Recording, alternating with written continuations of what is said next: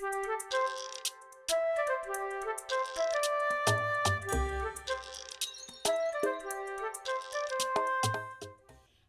I'm Laura Mize, pediatric speech-language pathologist, and welcome to TeachMeToTalk.com's Therapy Tip of the Week.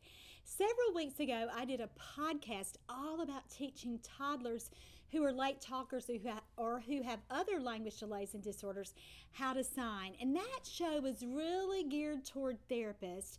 It was offered for continuing education credit, and I received a couple of emails from parents, and so I wanted to go ahead and do a shorter version of a therapy tip of the week for parents who are really just looking for the down and dirty information. So this is segment 1 of 2 therapy tip of the weeks geared toward parents who are looking for tips for teaching their own babies and toddlers how to use sign language.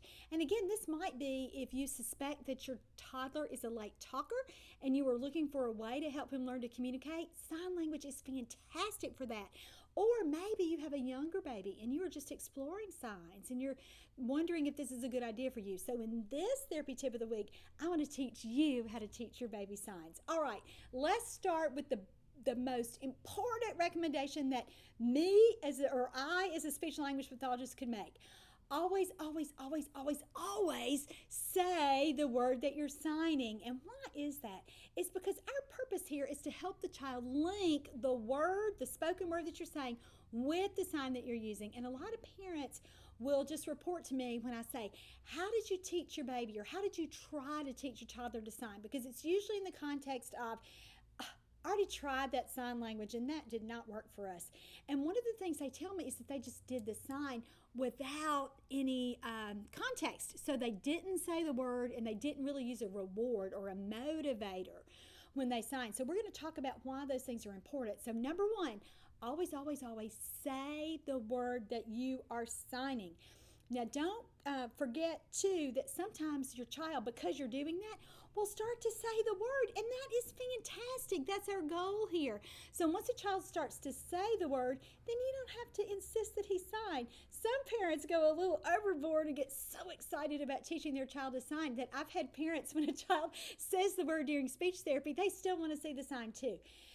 That's only important if your goal is for him to be a fluent ASL user, and I don't think that's your goal with a baby or toddler. All right, tip number 2. You've got to repeat the sign and word many times before we can realistically expect a baby or a toddler to begin to use the sign or say the word for that matter. So when you are trying, be persistent. Go ahead and try 3, 4, 5 times when you want to give him a chance to sign. And remember, at the beginning, he's probably going to need to see you sign the word quite a while before you expect him to be able to sign it back to you.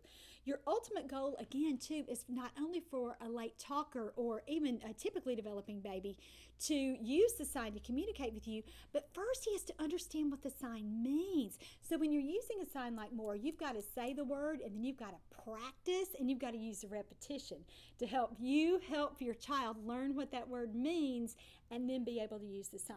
Now, the third tip is if your child, after he's seen it for a while, so a couple of days or a couple of weeks, after he's seen you do the sign and he's made no attempt to use the sign, please, if you haven't done so already, help your toddler perform the sign.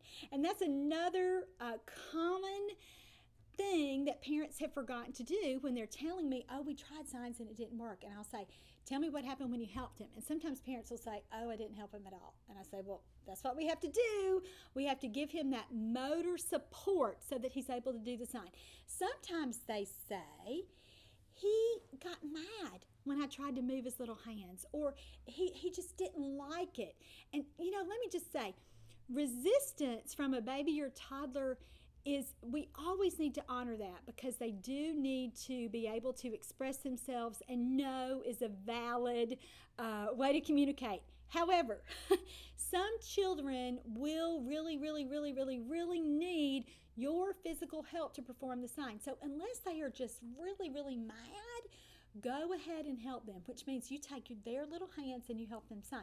Now, this works even better when you have 2 people. So if you're a therapist with a parent in a session, I like to be the person who helps the child sometimes so that the child gets used to watching mom do the sign and not always me, so that he sees his parent or his siblings who are there perform the sign too. So that's another tip that you can use. All right, here's a big one. Tip number 5, accept your child's version of the sign even if it's not perfect. Now, we are not going for perfection with anything for a late talking toddler. We just want to think about in terms of better.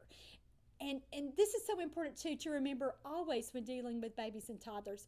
You can't always think that they're going to get it right the first time.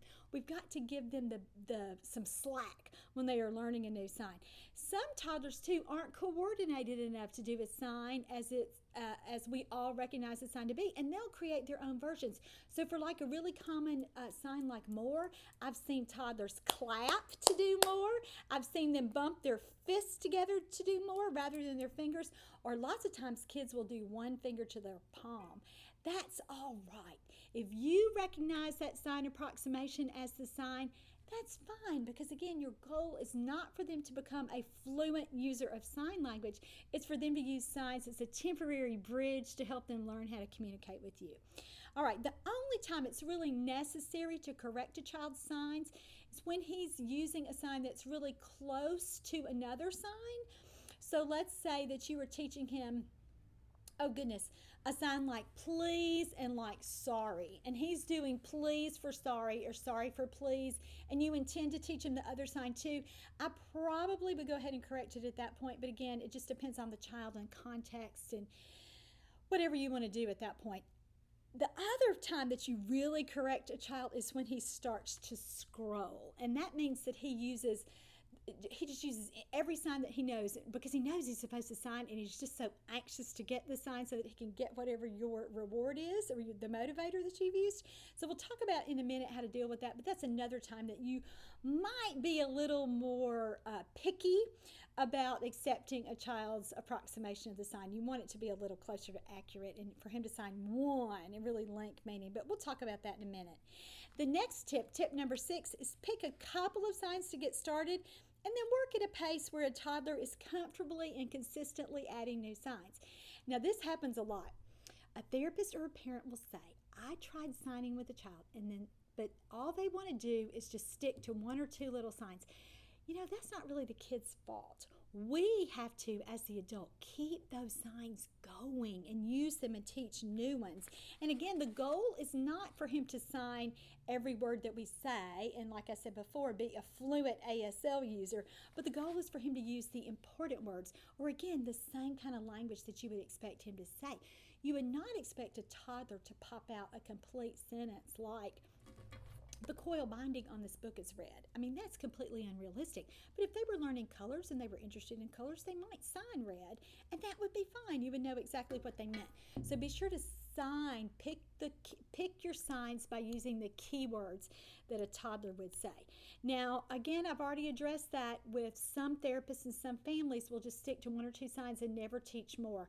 You know, our purpose here, again, is to increase a child's ability to motor plan and increase his symbolism so that when he is ready to talk developmentally, he's able to add those new signs. And again, we want him to keep about the same pace with learning signs as he would with learning words. So use that as your guide. Continue to add signs during play and everyday routines, and don't stop teaching those signs until the child is talking well enough not to need to use the sign to try to say the word. Now, I mentioned scrolling before, so let's go ahead and talk about how to handle that. Now, what is scrolling? Scrolling is when a child starts to do every single sign he knows in order to get what it is that you have that you're trying to give him.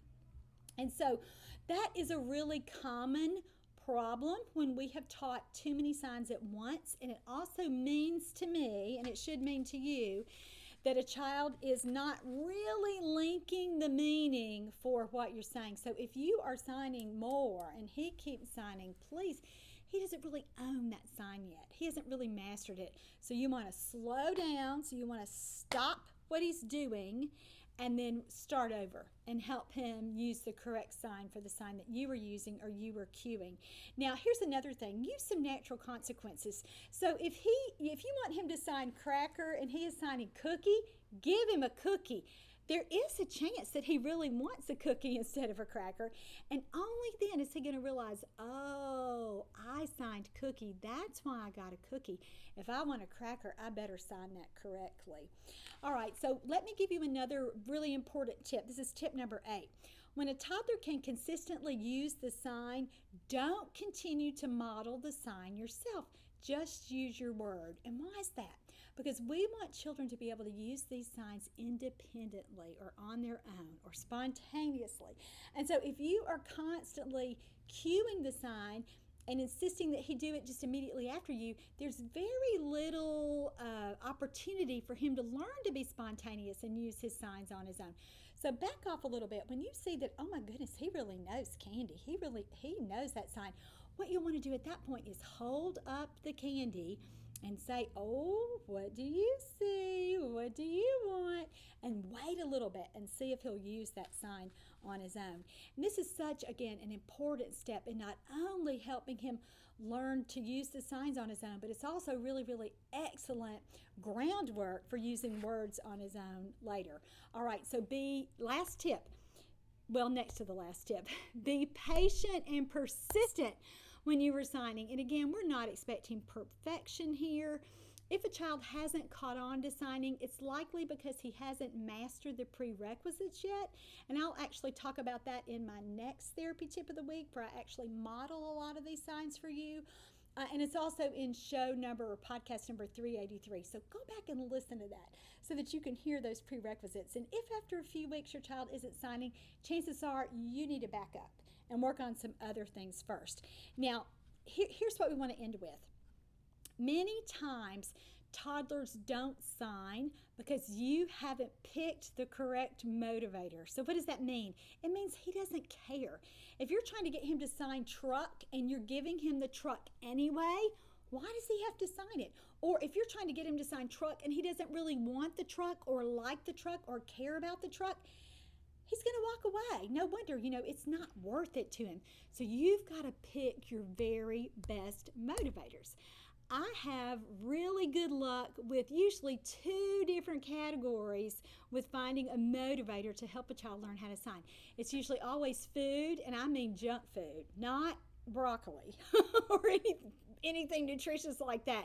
So junk food. And the next one is a movement game. So if there's a game that he likes, like jumping on the bed, or if there's a game that he absolutely cannot do without you, like you throw him in the air, or you throw him over your back, or you swing him real big in your arms. That's a perfect motivator for teaching a child to learn how to sign.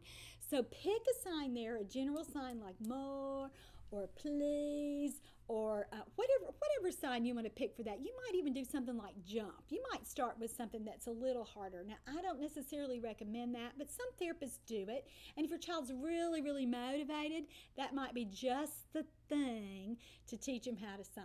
So again, pick your motivators really, really well. And if it's not working, try something else. So if you think, oh, he's going to sign for this goldfish, but you give him goldfish all day, every day, probably not going to work.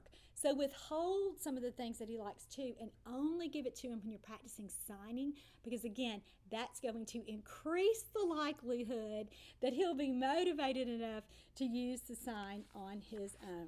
All right. That's it for today. Let me leave you, though, with one more thought. I forgot to say this. No matter what we're teaching a child, whether it's using signs or talking or following directions or using pictures or whatever, we've got to make it fun. Then and only then is it going to be worth it to the child to learn something that's been new or hard for him in the past. All right, that's it. Thanks so much for joining me. I'm Laura Mize, pediatric speech-language pathologist, and you've just watched TeachMeToTalk.com's Therapy Tip of the Week.